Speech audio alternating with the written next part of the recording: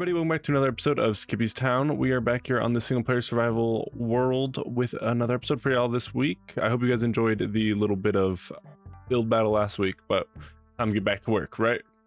Yep, I'm blinking. This is weird. Anyways, I am actually starting us over here today back in the old area by the fishing hut and the full-size stable, because I want to talk about one of the things I want to work on going forward for the builds. So this is something that Mr. Blonde Skunk has helped me kind of start thinking about when it comes to the city, is I want to start thinking about the sightlines when it comes to the builds that I'm doing from right here on out.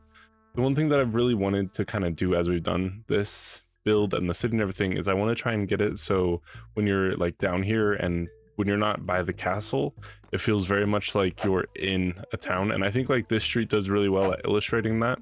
Although I might want to like put a tree or something like right here to help do that, to kind of feel it more closed in.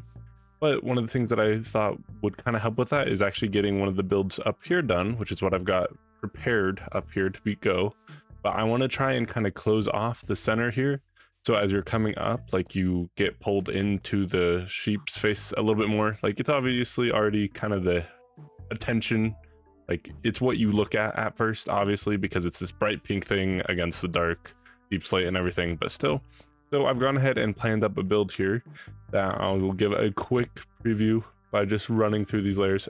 They're just two little like guard tower type things that I think will do really well to kind of frame the center of the castle as you come up. And then once you get up here, you'll just kind of take in the castle from this, like it looking really big and like hanging over you.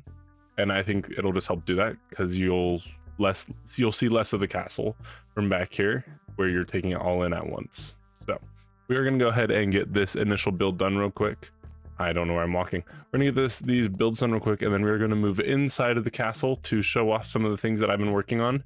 I see a little bit of it, but we are gonna talk about what I've gotten done right after we get these builds done. So let's transition into this real quick.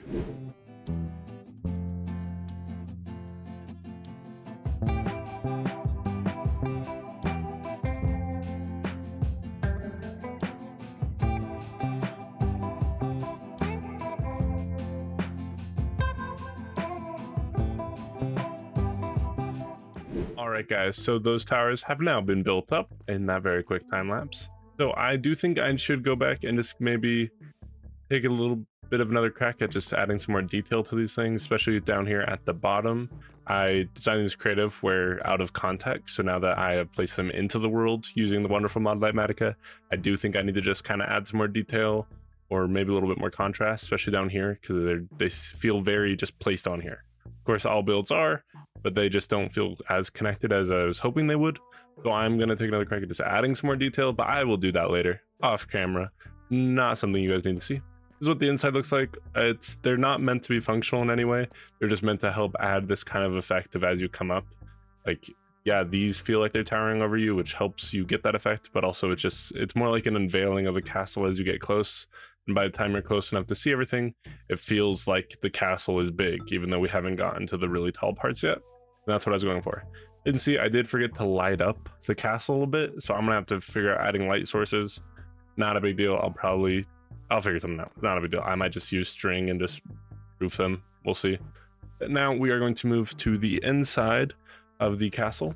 As you can see, it looks a bit different in here, and Tumblewool has in fact joined us in here now. So let's go say hi to him real quick. So this is Tumblewool, as we all know, he's not facing us right now, but he's there.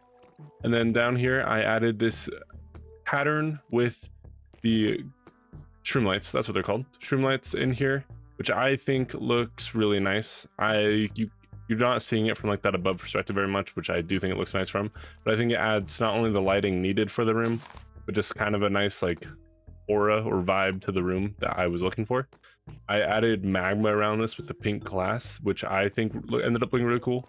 It was really just the magma, but I was like, you know, I really want to brighten this up a bit in a way that makes sense. And with this being Tumblewool's castle, there's got to be reminders of him everywhere, right? And the best reminder I could think of other than wool, which I didn't want to do because of the texture, would be pink glass, because it still allows us to see the magma out here and everything. Creates a cool effect in there. I'm gonna come up here, and this is still pretty blank. As you can see, I've gotten some stuff up here for the rest of our plans today. But I've been trying to think about what I want to actually do for this second layer. because I do want to bring the villagers over here and make a new trading hall with some more farmers and stuff, but I didn't want to do it yet, mainly because I'm trying to put off dealing with the villagers for as long as possible. Still want to deal with moving them. I'm going to use minecarts this time. It'll be easier, but I still don't want to. So I did realize though that over in the starter house, which I can fly up, so that house right there, I have my super smelter, which you guys haven't even really seen because I'm never over there on camera. And I think I want to bring that over here. There we go. So this is, I threw away a bit of design, kind of getting started on the beginning of the outer walls here for the inner area too. We're going to be using a lot of polished basalt or smooth basalt, whatever it's called.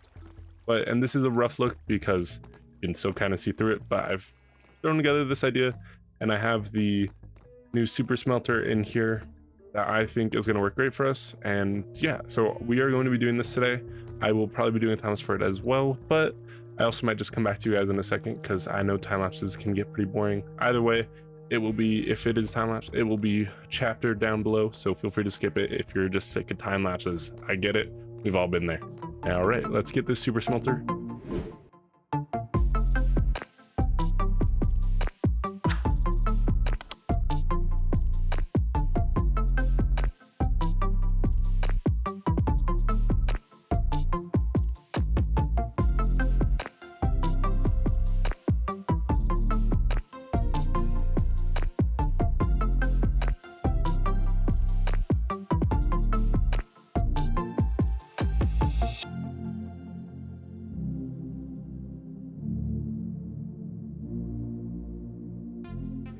All right, guys, and that is our super smelter, our new one built up in here. I really like how this design came out. I gotta say, it took me a second to really figure out what I wanted to do here, and I do think I want to change something in this corner.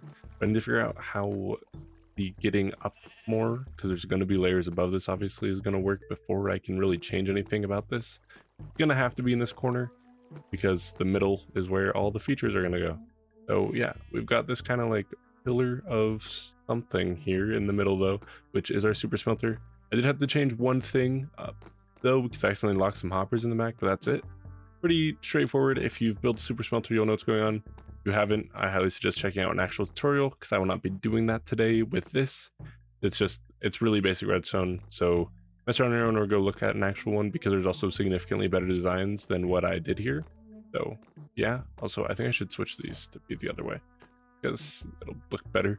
Anyways, I've got the to be smelted, so like ore, glass, or sand, whatever up here, and fuel down here. I haven't actually run anything in yet though, so let's go ahead and do that.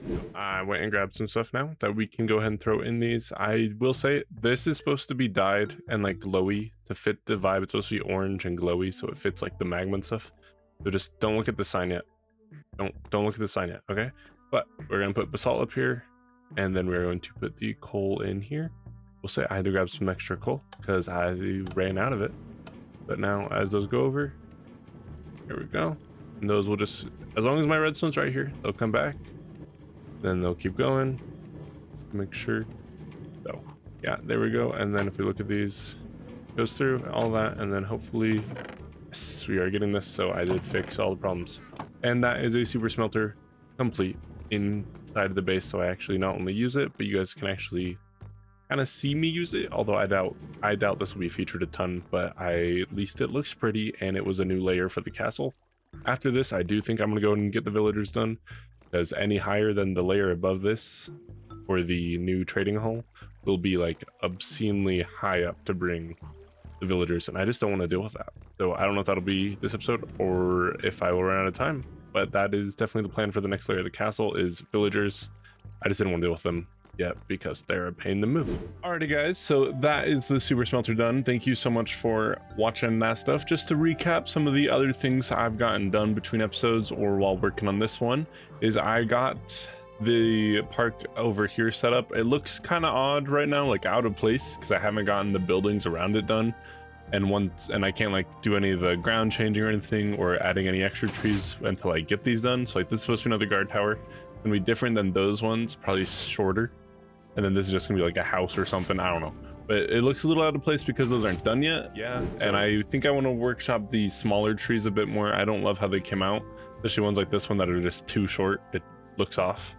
But I also got the tree down here done, which I come over here without dying. Thank you.